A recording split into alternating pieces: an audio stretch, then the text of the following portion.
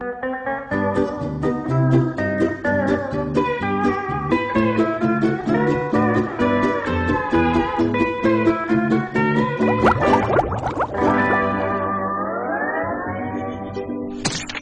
סבבה.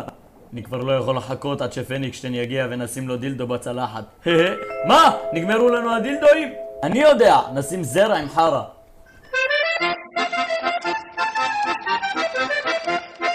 מנה מוכנה. הנה לך אדוני, מנה כבקשתך. רגע! שיראה כמו פטמה. הנה לך מנה מושלמת בתיאבון. אפשר טיפ. בוא נראה אם מגיע לך.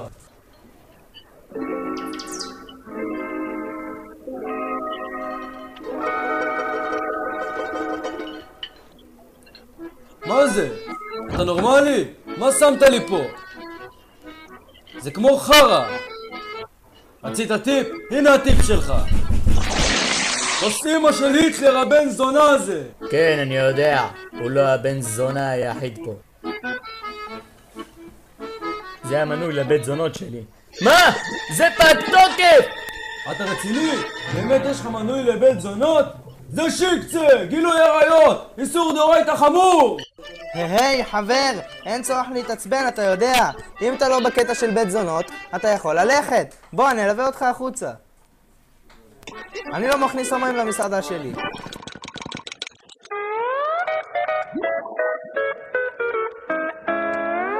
אח שלי, לאן נוסעים? נוסעים לעשות אותך גבר.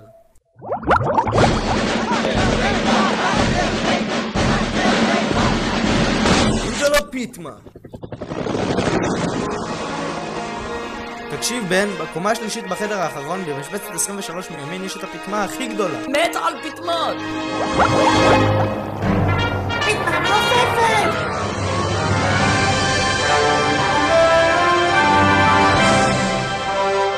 אני חושבת שהוא רוצה לגמור עלינו.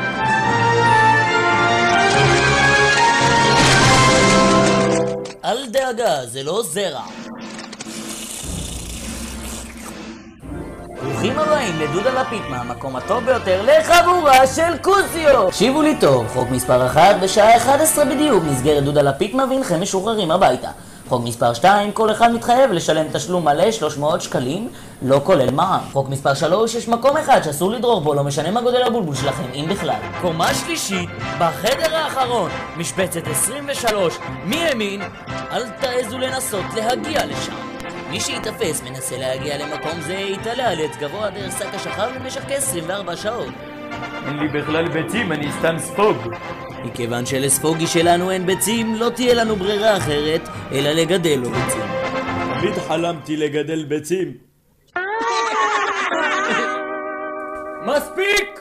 כנראה שביצים אמיתיות אנחנו לא נוכל לשים לו, אז נשתיל לו בעזרת כפית כוס הכסף. טוב חברים, הנה המשימה הראשונה שלכם להיום. להשתיל לספוג המזורגג ביצים. קדימה! תתחילו לעבוד חבורה של שרמוטות!